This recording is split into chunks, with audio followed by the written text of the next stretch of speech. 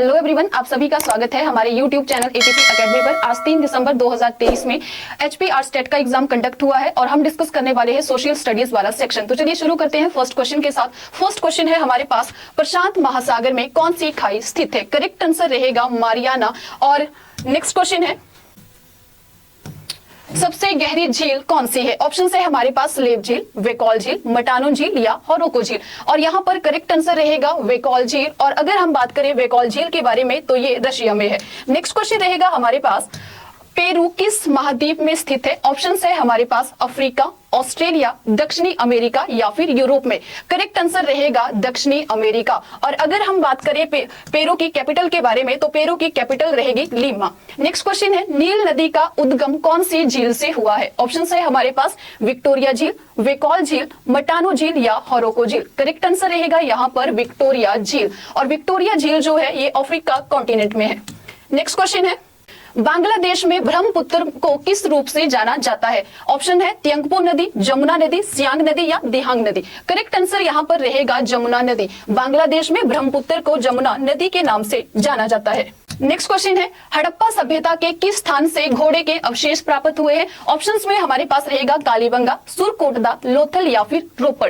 Correct answer रहेगा सुरकोटदा। हड़प्पा सभ्यता में हमें जो घोड़े के अवशेष मिले हैं वो सुरकोटदा से मिले हैं। और अगर हम बात करें सुरकोटदा साइट के बारे में तो ये कहां पर है? गुजरात में है। और भारत में हड़प्पा सभ्यता की जो सबसे ज्यादा साइट्स हम लोगों को मिली है वो भी कहां से मिली है? गुजरात से ही मिली है। नेक्स्ट क्वेश्चन हमारे पास रहेगा यहाँ पर, प्राचीन भारत में जैन धर्म का प्रचार किसके शासन काल में हुआ है? ऑप्शन है हमारे पास समुद्रगुप्त, चंद्रगुप्त विक्रमादित्य, हर्षवर्धन या फिर चंद्रगुप्त मौर्य। और यहाँ पर करेक्ट आंसर जो हमारे पास रहेगा वो है चंद्रगुप्त मौर्य। चंद्रगुप्त मौर्य के समय में ही दक्षिण भारत में जैन धर्म का प्रचार प्रसार हुआ है। और ये जो चंद्रगुप्त मौर्य थे खुद जैन धर्म को फॉलो करते थे और इनको जो जैन धर्म में दीक्षित किया है वो किया है किसने? तो आंसर रहेगा फिर भद्रबाहु ने। तो यहाँ पर करेक्ट आंसर जो हमारे पास रहेगा वो रहेगा डी ऑप्शन। नेक्स्ट क्वेश्चन रहेगा हमारे पास, चौथी बौद्ध महासभा का आयोजन कहां पर किया गया था? ऑप्शन है सारनाथ में, गया में, प्रयाग में या फिर कश्मीर में। बौद्ध धर्म की 4 संगीतियां हुई है और चौथी बौद्ध संगीति का जो आयोजन किया गया है वो किया गया है कश्मीर में। और एग्जैक्ट पूछा जाए तो आपके पास वहां पर रहेगा कुंडल वन में।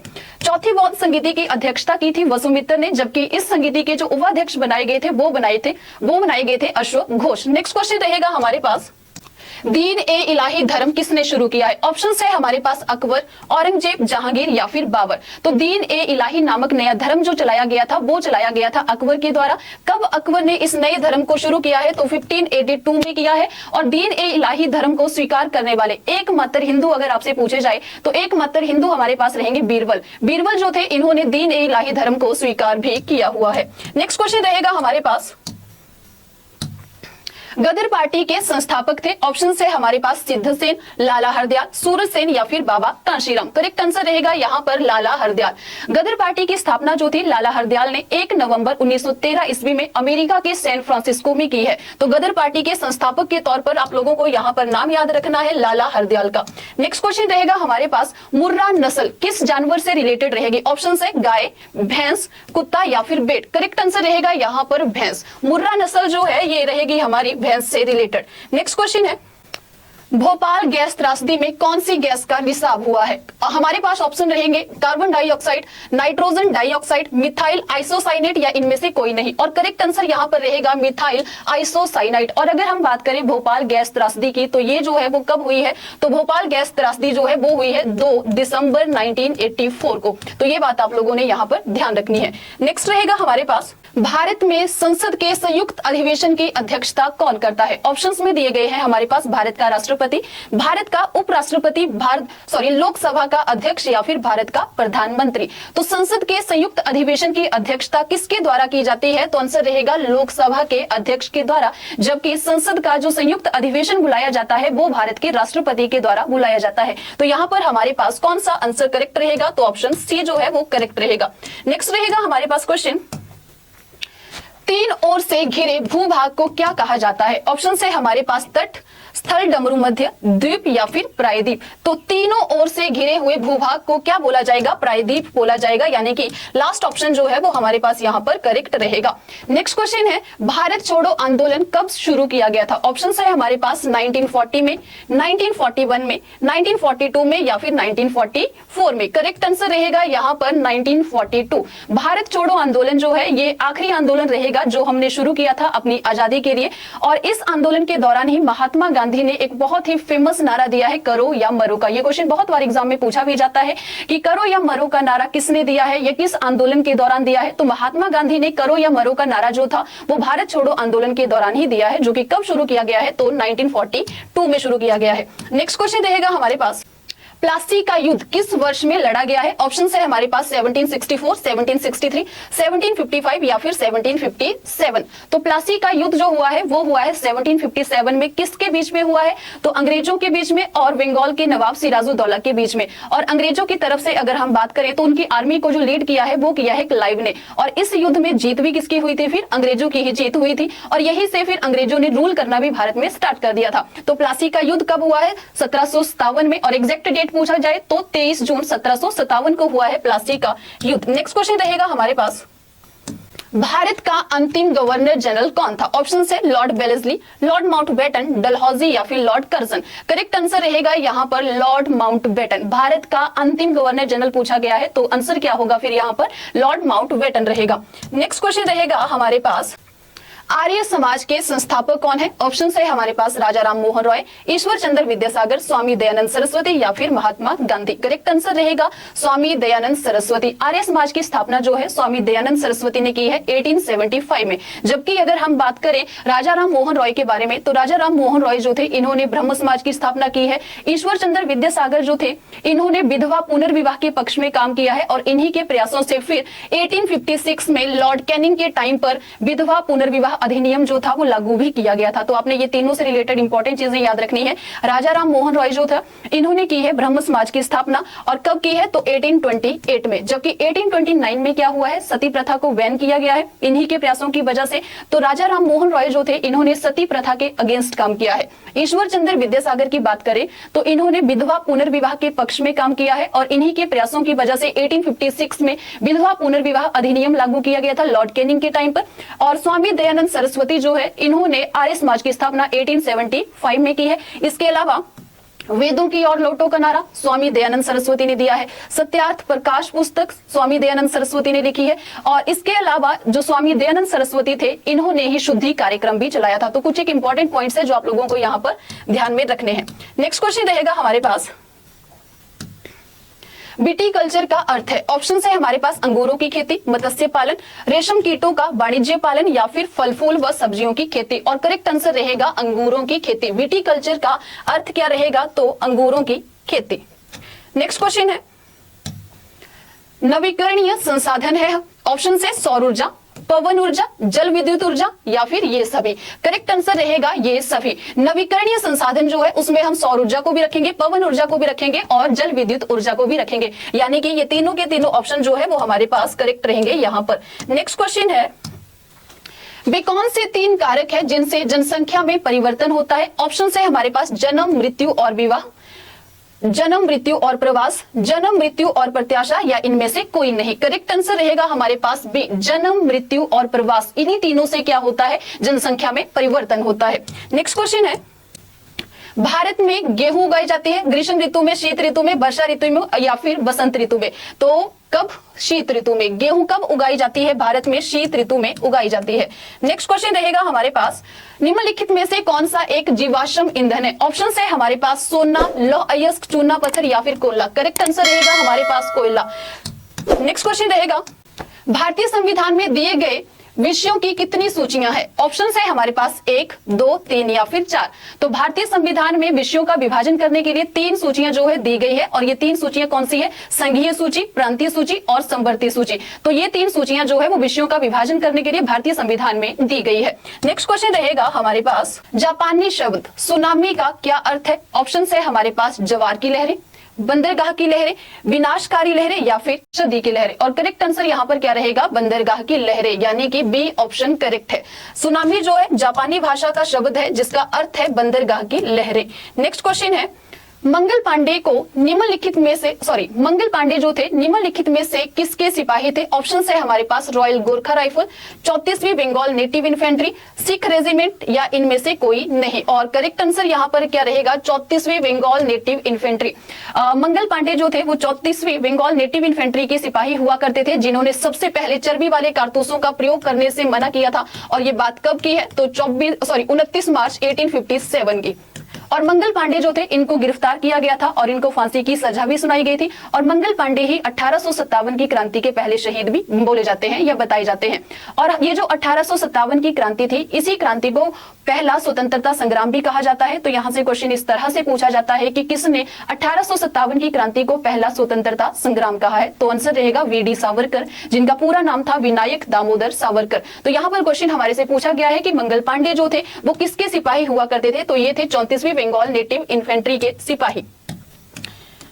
नेक्स्ट क्वेश्चन रहेगा, दांडी मार्च कब शुरू किया गया था? ऑप्शन है हमारे पास 10 मार्च 1930 को, 12 मार्च 1930 को, 10 मार्च 1931 को या फिर 12 मार्च 1931 को। यहाँ पर करेक्ट ऑप्शन हमारे पास है बी, यानी कि दांडी मार्च जो शुरू किया गया है वो किया गया है 12 मार्च 1930 को। महात्मा गांधी ने कहां से शुरू किया था? अपने साबरमती आश्रम के साथ। और जब गांधी वहां से चले थे तो उस टाइम उनके साथ कितने फॉलोअर थे? तो 78 फॉलोअर। तो 78 फॉलोअर्स के साथ उन्होंने दांडी मार्च को शुरू किया था।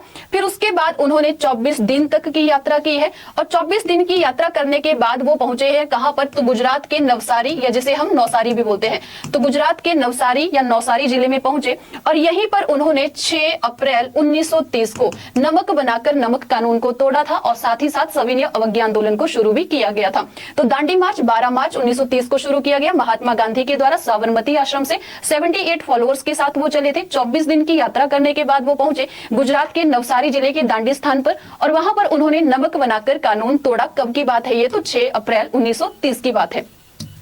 नेक्स्ट क्वेश्चन रहेगा हमारे पास, लगातार कितने वर्षों तक देश से बाहर रहने पर भारत की नागरिकता समाप्त हो जाती है? ऑप्शन है हमारे पास 4 वर्ष, 5 वर्ष, 6 वर्ष या इनमें से कोई नहीं। करेक्ट आंसर रहेगा इनमें से कोई नहीं, क्योंकि अगर आप अपने देश से 7 साल बाहर रहते हैं तब आपकी नागरिकता जो है वो खत्म हो जाएगी। तो यहाँ पर ये जो है वो हमारे पास ऑप्शन में नहीं दिया गया है। तो यहाँ पर आप लोगों के लिए करेक्ट आंसर कौन सा रहेगा? उपरोक्त में से कोई नहीं। नेक्स्ट क्वेश्चन है, 15 अगस्त 1947 को भारतीय राष्ट्रीय कांग्रेस के अध्यक्ष कौन थे? डॉक्टर राजेंद्र प्रसाद, जवाहरलाल नेहरू, जेबी कृपलानी या फिर सरदार वल्लभ भाई पटेल? आंसर रहेगा जेबी कृपलानी। जब हमारा देश आजाद हुआ था तो हमारी आजादी के समय जो कांग्रेस के अध्यक्ष हुआ करते थे वो थे जेबी कृपलानी। नेक्स्ट क्वेश्चन रहेगा,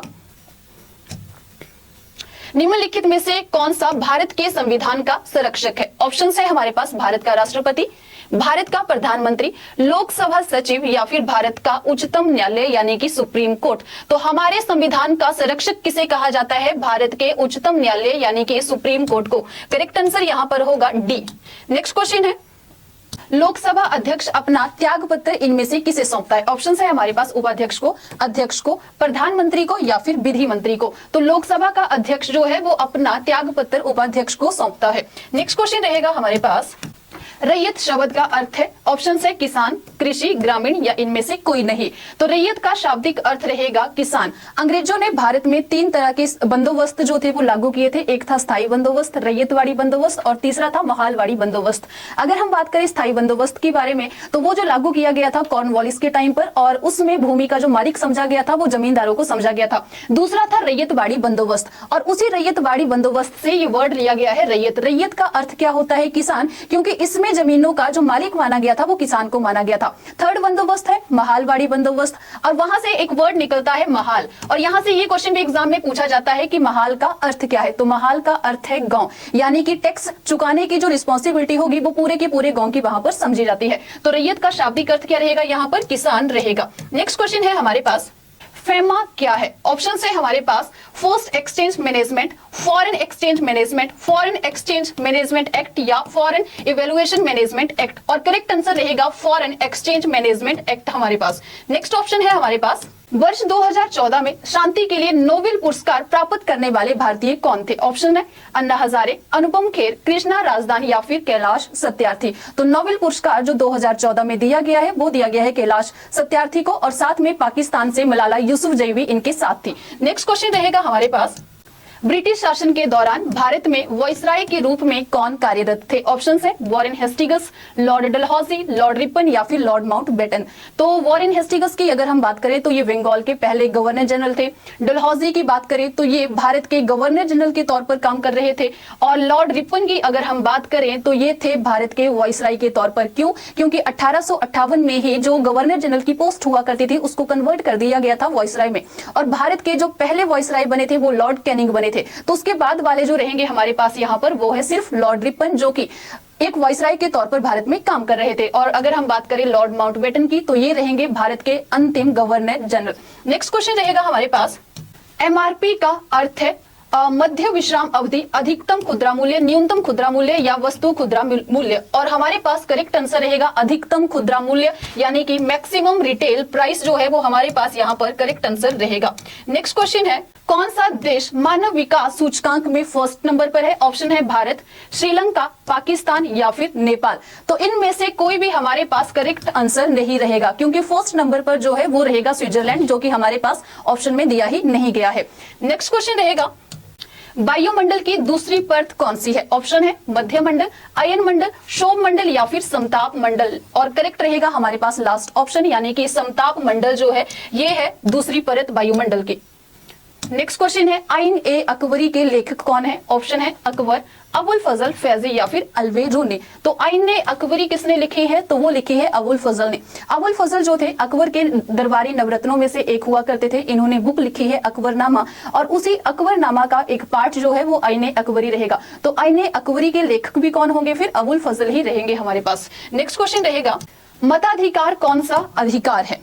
ऑप्शन है सामाजिक अधिकार, नैतिक अधिकार, प्राकृतिक अधिकार या फिर राजनीतिक अधिकार। करेक्ट ऑप्शन हमारे पास रहेगा राजनीतिक अधिकार। मताधिकार जो है वो एक तरह से राजनीतिक अधिकार है। नेक्स्ट क्वेश्चन है, अर्थशास्त्र का लेखक कौन था? ऑप्शन है हमारे पास कौटिल्य, चंद्रगुप्त, रामगुप्त या फिर अशोक। अर्थशास्त्र को लिखा है कौटिल्य ने। कौटिल्य जिनको हम विष्णुगुप्त भी बोलते हैं, और इन्हीं का नाम है चाणक्य। और ये जो चाणक्य थे ये चंद्रगुप्त मौर्य के प्रधानमंत्री हुआ करते थे, और इन्हीं की हेल्प से चंद्रगुप्त मौर्य ने मौर्य वंश की स्थापना भी की थी। अगर हम बात करें अर्थशास्त्र बुक के बारे में तो इसका कंटेंट क्या रहेगा, किस विषय से रिलेटेड ये बुक है? तो अर्थशास्त्र जो है ये राजनीति से संबंधित ग्रंथ है। इसमें बताया गया है कि एक राजा को किस तरह से रूल करना चाहिए, उसकी प्रायोरिटी क्या होनी चाहिए, और साथ ही साथ मौर्यों का प्रशासन किस तरह का हुआ करता था उस बात का जिक्र भी अर्थशास्त्र में किया गया है। तो कौटिल्य ने लिखी है ये बुक, और इसका विषय क्या रहेगा? तो राजनीति रहेगा। और ये कौटिल्य जो थे वो चंद्रगुप्त मौर्य के प्रधानमंत्री हुआ करते थे। नेक्स्ट क्वेश्चन है, औरंगजेब की मृत्यु कब हुई है? ऑप्शन है हमारे पास 1707 में, 1757 में, 1710 में या फिर 1717 ईस्वी में। तो औरंगजेब की डेथ हुई है 1707 ईस्वी में। औरंगजेब से रिलेटेड काफी सारे इंपॉर्टेंट पॉइंट्स जो है वो हमारे एग्जाम में पूछे जाते हैं। जैसे कि अगर आप लोगों से पूछा जाता है कि जिंदा पीर के नाम से कौन सा मुगल बादशाह जो है वो फेमस है, तो औरंगजेब को बोला जाता है जिंदा पीर। इसी को शाही दरवेश भी बोला जाता है। शाही दरवेश इसको क्यों बोलते थे? क्योंकि बहुत ही साधारण सा जीवन ये जीता था। जिंदा पीर इसलिए बोला जाता है क्योंकि धर्म को लेकर ये बहुत ही ज्यादा कट्टर हुआ करता था। इसके अलावा आलमगीर जो है ये भी औरंगजेब को बोला जाता है, और साथ ही इसी को बोला जाता है दक्कन का सम्राट भी। दक्कन का सम्राट भी किसे बोलते हैं? तो औरंगजेब को ही बोला जाता है। और औरंगजेब जो है इन्हीं को लिखा गया है जफरनामा। जफरनामा से रिलेटेड क्वेश्चन भी एक बार पेपर में पूछा गया है। तो जफरनामा कौन सी लैंग्वेज में लिखा है, किसने लिखा है? तो जफरनामा की अगर हम बात करें तो ये लिखा है सिखों के 10वें गुरु ने, गुरु गोविंद सिंह ने लिखा है जफरनामा। और कब लिखा था? 1704 ईस्वी में। और कौन सी लैंग्वेज में लिखा गया है जफरनामा? तो इसको लिखा गया है फारसी लैंग्वेज में। एक्चुअल में ये जफरनामा था क्या? तो फारसी पत्रों का संग्रह था, जिसे कि 10वें गुरु गोविंद सिंह जी ने मुगल बादशाह औरंगजेब को लिखा था। और कौन सी लैंग्वेज में जफरनामा को लिखा गया था? तो ये लिखा गया था फिर फारसी लैंग्वेज में। और हमारे पास क्वेश्चन क्या था यहाँ पर, औरंगजेब की डेथ कब हुई है? तो हमारे पास करेक्ट ऑप्शन रहेगा ए, यानी कि 1707 ईस्वी में हुई है औरंगजेब की डेथ। नेक्स्ट क्वेश्चन है, प्रसिद्ध जगन्नाथ मंदिर भारत के किस राज्य में स्थित है? ऑप्शन है हमारे पास केरला, हिमाचल प्रदेश, उड़ीसा या इनमें से कोई भी नहीं। और करेक्ट आंसर रहेगा यहाँ पर उड़ीसा। जगन्नाथ मंदिर जो है कौन से राज्य में स्थित है? तो ये है उड़ीसा में। नेक्स्ट क्वेश्चन है, रोहतांग दर्रा भारत के किस राज्य में स्थित है? ऑप्शन है हमारे पास जम्मू कश्मीर, असम, सिक्किम या फिर हिमाचल प्रदेश। तो कहां पर है रोहतांग दर्रा? हिमाचल प्रदेश में है। नेक्स्ट क्वेश्चन है, उत्तरी अमेरिका में कौन से घास स्थल पाए जाते हैं? ऑप्शंस में दिए गए हैं हमारे पास पंपास, प्रेयरी, स्टेपी या डाउन्स, और करेक्ट आंसर यहाँ पर रहेगा प्रेयरी। उत्तरी अमेरिका में कौन से घास पाए जाते हैं? तो हमारे पास करेक्ट आंसर क्या रहेगा? यहाँ पर प्रेयरी रहेगा। नेक्स्ट क्वेश्चन है, उपभोक्ता किसे कहा जाता है? तो उपभोक्ता बोला जाता है प्रोडक्ट को खरीदने वाले को। तो हमारे पास यहाँ पर कौन सा ऑप्शन करेक्ट है? बी, उत्पाद खरीदने वाले व्यक्ति को ही क्या बोला जाएगा? उपभोक्ता बोला जाएगा। ठीक है, तो उपभोक्ता बोलते हैं उत्पाद खरीदने वाले को, यानी कि बी ऑप्शन जो है वो हमारे पास यहाँ पर रहेगा करेक्ट। नेक्स्ट क्वेश्चन है, तवा मत्स्य संघ के संघर्ष का मुख्य कारण क्या था? ऑप्शन है हमारे पास मछली पकड़ने का अधिकार, लकड़ी काटने का अधिकार, चक्का जाम करने का अधिकार या फिर विस्थापन करने का अधिकार। तो तवा मत्स्य संघ के संघर्ष का मुख्य कारण क्या था? मुख्य मुद्दा क्या रहेगा हमारे पास? मछली पकड़ने का अधिकार, यानी कि ए ऑप्शन जो है वो यहाँ पर करेक्ट रहेगा। नेक्स्ट क्वेश्चन है, शेरशाह सूरी का प्रारंभिक नाम क्या था? ऑप्शन है हमारे पास बीरबल, फरीद, हुसैन या फिर मिर्जा हकीम। तो शेरशाह सूरी जो थे, इनका बचपन का नाम या इनका प्रारंभिक नाम क्या हुआ करता था? तो इनका नाम रहेगा फरीद, यानी कि सेकंड ऑप्शन जो है वो हमारे पास करेक्ट रहेगा। तो अगर हम बात करें शेरशाह सूरी के बारे में, तो शेरशाह सूरी जो थे, इन्होंने ही भारत में दूसरे अफगान वंश की स्थापना की है, जिसको हम सूरवंश भी बोलते हैं। और शेरशाह सूरी जो थे, इन्होंने 1539 ईस्वी में चौसा के युद्ध में हुमायूं को हराया है। फिर 1540 ईस्वी में हुआ है कन्नौज या विलग्राम का युद्ध, कन्नौज का युद्ध भी बोलते हैं, या इसी को बोला जाता है विलग्राम का युद्ध भी। और इस विलग्राम या कन्नौज के युद्ध में भी कौन हारा है? तो यहाँ पर भी हार हुमायूं की हुई है। इसके अलावा शेरशाह सूरी से रिलेटेड क्वेश्चन पूछा जाता है कि जीटी रोड का निर्माण किसने किया है? तो जीटी रोड का निर्माण किया है शेरशाह सूरी ने, जिसे कि पहले शेरशाह सूरी मार्ग भी बोला जाता था। और एक और इंपॉर्टेंट पॉइंट जो शेरशाह सूरी से रिलेटेड याद रखना है, वो है इनका मकबरा। तो शेरशाह सूरी का मकबरा कहां पर है? सासाराम, बिहार में।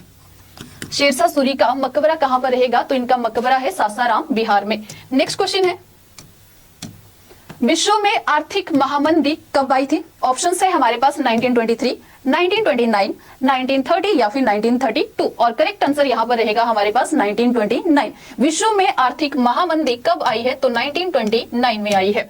नेक्स्ट क्वेश्चन है, संपूर्ण क्रांति का आह्वान किसने किया है? यह क्वेश्चन इस तरह से भी पूछा जाता है कि संपूर्ण क्रांति का नारा किसने दिया है? तो ऑप्शन है हमारे पास मदन मोहन मालवीय, स्वामी विवेकानंद, बाबा आमटे या फिर जयप्रकाश नारायण। तो करेक्ट हमारे पास आंसर जो रहेगा वो रहेगा जयप्रकाश नारायण। संपूर्ण क्रांति का नारा किसने दिया है? जयप्रकाश नारायण ने दिया है, और ये लोकनायक के नाम से भी फेमस है। नेक्स्ट क्वेश्चन है,